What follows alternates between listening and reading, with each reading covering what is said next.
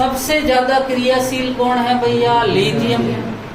ऊपर से नीचे जाने पर क्रियाशीलता क्या हो रही है? घट रही है। तो सबसे ज्यादा जो क्रियाशील है वो कौन होगा? लिथियम। और सबसे कम क्रियाशील कौन होगा? फ्लोरीन। पहले दूसरा पॉइंट समझ में आ गया क्या?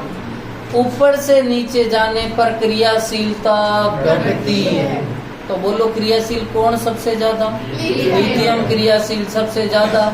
और सबसे कम क्रियाशील कौन है? फ्लोरीन। दूसरा पॉइंट। तीसरा पॉइंट देखना।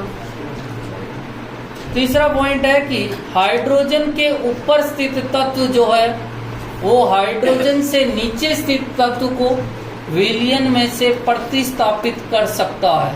और इसके लिए अपन अभी एक रिएक्शन पढ़ेंगे। तो पहले 2 पॉइंट लिखना। पहला पॉइंट लिखो, लिखना पहला पॉइंट, ई नोट रिडक्शन घटता है या ई नोट रिडक्शन सबसे कम होता है तो अपचायक क्षमता बढ़ती है। तो अपचायक क्षमता बढ़ती है। बढ़ती है मतलब ऊपर कर दो, सही है। ई नोट रिडक्शन, और ई नोट रिडक्शन को मैं एसआरपी कह दूं तो किसी को कोई दिक्कत है क्या? नहीं।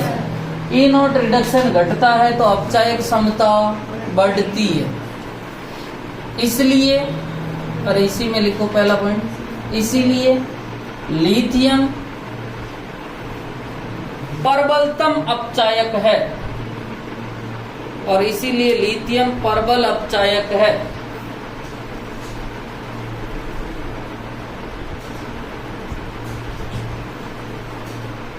लिख लिया। दूसरा पॉइंट लिखो, ई नोट रिडक्शन बढ़ता है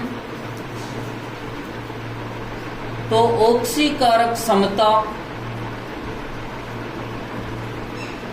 ऑक्सीकारक क्षमता बढ़ती है। ऑक्सीकारक क्षमता बढ़ती है। अरे ऑक्सीकारक क्षमता बढ़ रही है, वो अपचायक क्षमता क्या हो रही है? घटेगी। मैंने ऑक्सीकारक क्षमता के बारे में बात कर रहा हूँ। अरे भाई ई नोट रिडक्शन घटेगा तो कौन बढ़ेगा? अपचायक क्षमता। मतलब सबसे कम किसका? इसका। इसीलिए लिथियम को तो प्रबलतम अपचायक मान लिया। ऑक्सी का ई नोट रिडक्शन बढ़ रहा है तो ऑक्सीकारक क्षमता भी क्या होगी? बढ़ेगी। और बढ़ेगी तो किसका सबसे ज्यादा ई नोट रिडक्शन है? फ्लोरीन का। और इसीलिए तो फ्लोरीन सबसे ज्यादा क्या है? ऑक्सी का। इसीलिए F2 प्रबलतम ऑक्सीकारक है। प्रबलतम ऑक्सीकारक है। प्रबलतम ऑक्सीकारक। समझ में आया क्या? और कुल मिलाकर ई नोट रिडक्शन ज्यादा होगा तो ऑक्सीकारक क्षमता ज्यादा होगी। एक पॉइंट याद रख लिया ना कि ई नोट रिडक्शन ज्यादा होगा तो ऑक्सीकारक क्षमता क्या होगी? ज्यादा। तो ई नोट रिडक्शन कम होगा तो अपचायक क्षमता क्या होगी? ज्यादा। कुल मिला के उल्टा है। एक को याद रख लो, ई नोट रिडक्शन समानुपाती ऑक्सीकारक क्षमता। एक पॉइंट मैंने याद रख लिया तो मेरा दूसरा पॉइंट अपने आप ही क्या हो जाएगा? इसका उल्टा। तीसरा पॉइंट लिखो, ऊपर से नीचे जाने पर, ऊपर से नीचे मतलब लिथियम से किधर जाने पे? ऊपर से नीचे जाने पर, ऊपर से नीचे जाने पर क्रियाशीलता, क्रियाशीलता घटती है। घटती है।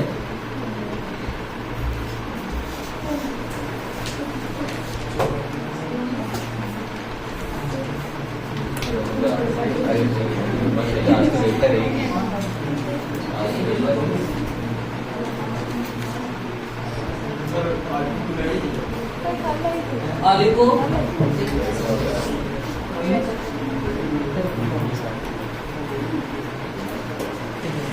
एक मिनट, अपन ने क्या लिखा भाई? ऊपर से नीचे जाने पर क्रियाशीलता घटती है। क्रियाशीलता घटती है। तो लिखो इसलिए, हाँ इसलिए कौन सबसे ज्यादा क्रियाशील होगा मतलब लिथियम। ऊपर से नीचे जाने पर क्रियाशीलता घट रही है, तो कौन सबसे ज्यादा क्रिया, लिथियम। तो लिखो इसलिए लिथियम सर्वाधिक क्रियाशील, इसलिए लिथियम सर्वाधिक क्रियाशील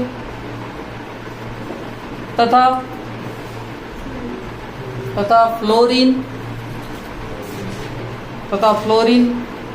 न्यून या सबसे कम, तथा फ्लोरीन F2 न्यून या सबसे कम क्रियाशील होता है।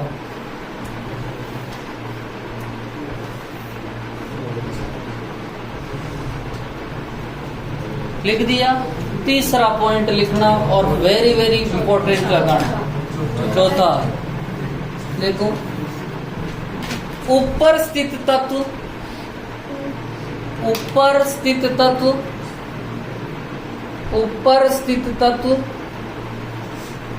नीचे स्थित तत्व को, ऊपर स्थित तत्व नीचे स्थित तत्व को विलयन में से प्रतिस्थापित कर सकता है। ऊपर स्थित तत्व नीचे स्थित तत्व को विलयन में से प्रतिस्थापित कर सकता है। इधर देखना, कुल मिला के हाइड्रोजन का या ऊपर वाला जो तत्व है नीचे वाले तत्व को हटा सकता है, पर नीचे वाला तत्व ऊपर वाले तत्व को हटा नहीं सकता। तो देखना कैसे कि सर ऊपर वाला तत्व कैसे हटा सकता है। आपने जानी पहचानी रिएक्शन है कि सर जिंक जो है वो साथ में कॉपर सल्फेट के साथ में, मैंने को ये बताओ ऊपर कौन रहता है, जिंक है कि कॉपर है? अरे भाई जिंक यहाँ आ जाता है और कॉपर नीचे आता है, तो ऊपर तत्व कौन है भैया, जिंक। उसने कहा ऊपर स्थित तत्व नीचे स्थित तत्व को विलयन से क्या कर सकता है, प्रतिस्थापित। तो इसने कॉपर को भगा दिया और क्या बना दिया, ZnSO4। पर यही रिएक्शन में ऐसे लिखूं कि कॉपर प्लस ZnSO4 कोई रिएक्शन नहीं, अर्थात नो रिएक्शन। अरे समझ में आया क्या? ऊपर वाला नीचे वाले को हटा सकता, पर नीचे वाला ऊपर वाले को हटा नहीं सकता। तो लिखो जल्दी से,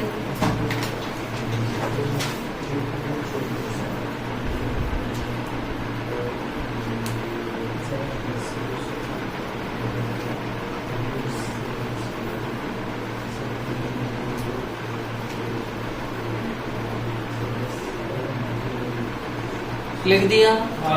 चौथा पॉइंट लिखना, पांचवा लिखो, लिखना वे तत्व जो हाइड्रोजन के ऊपर स्थित होते हैं, वे तत्व जो हाइड्रोजन के ऊपर स्थित होते हैं अम्ल से H2 गैस विस्थापित कर सकते हैं, अम्ल से H2 गैस विस्थापित कर सकते हैं। इधर देखना, मेरे पास में जो है HCl का विलयन भरा हुआ, अर्थात 1M-HCl का ये भी विलयन है। इधर भी जो है विलयन वो कौन सा है भैया, 1M-HCl का विलयन है।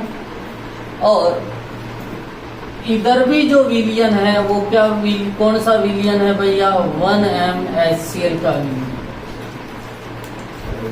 मैंने एक में तो जिंक डाला, क्या डाला भैया, जिंक डाल दिया।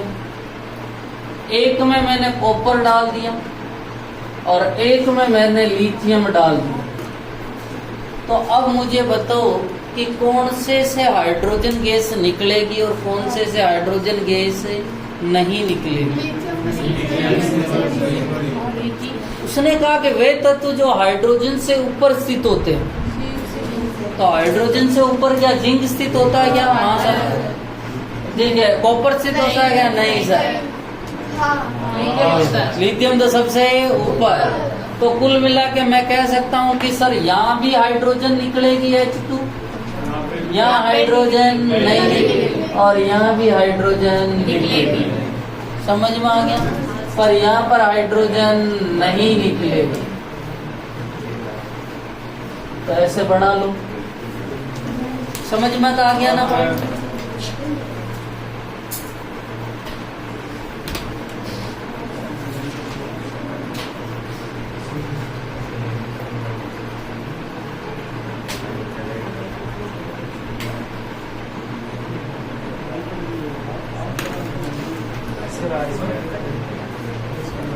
अरे भाई इसी में ये तो पूरा करो। मैं कोई नया टॉपिक नहीं पढ़ा रहा हूँ, ये तो पूरा करो।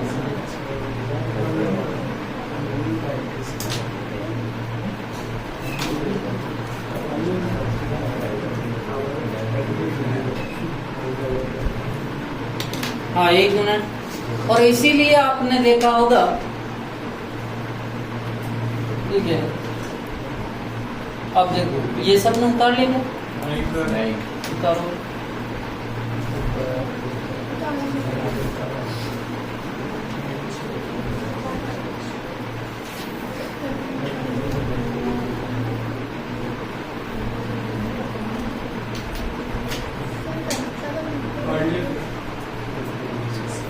क्या लिखूं बेटा? ज्यादा वादा कुछ नहीं है। कुल मिला के हाइड्रोजन निकलेगी और उधर हाइड्रोजन नहीं निकलेगा। 1 मिनट देखो, मैं क्रिया करूं जैसे Zn plus HCl, Zn plus HCl, और HCl के जो मैं मोल है वो कितने ले लूं? 2। तो मुझे बताओ HCl में से जो जिंक है वो H2 को निकालेगा या नहीं निकालेगा? तो कुल मिला के H2 तो निकलेगी सर। तो क्या बनेगा? ZnCl। तो अपने आप ही रिएक्शन बन जाती है। जैसे lithium plus HCl is equal to होता है Li प्लस हाफ H2। क्यों बनी रिएक्शन? क्योंकि सर HCl की क्रिया किसके साथ में करवा रहे हो? लिथियम। और लिथियम हाइड्रोजन से क्या है? ऊपर। तो वो हाइड्रोजन को हटाएगा, और हाइड्रोजन को हटाएगा तो हाइड्रोजन किसके रूप में निकलेगी? H2। तो ये नीचे रिएक्शन भी लिख लो। अरे हाफ मतलब एक हाइड्रोजन है, और एक हाइड्रोजन को अपन H के रूप में नहीं लिख सकते, इसीलिए तो हाफ H2 है।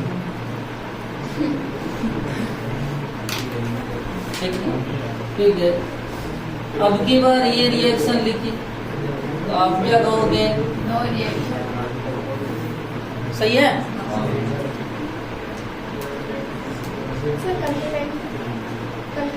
अभी सही है मतलब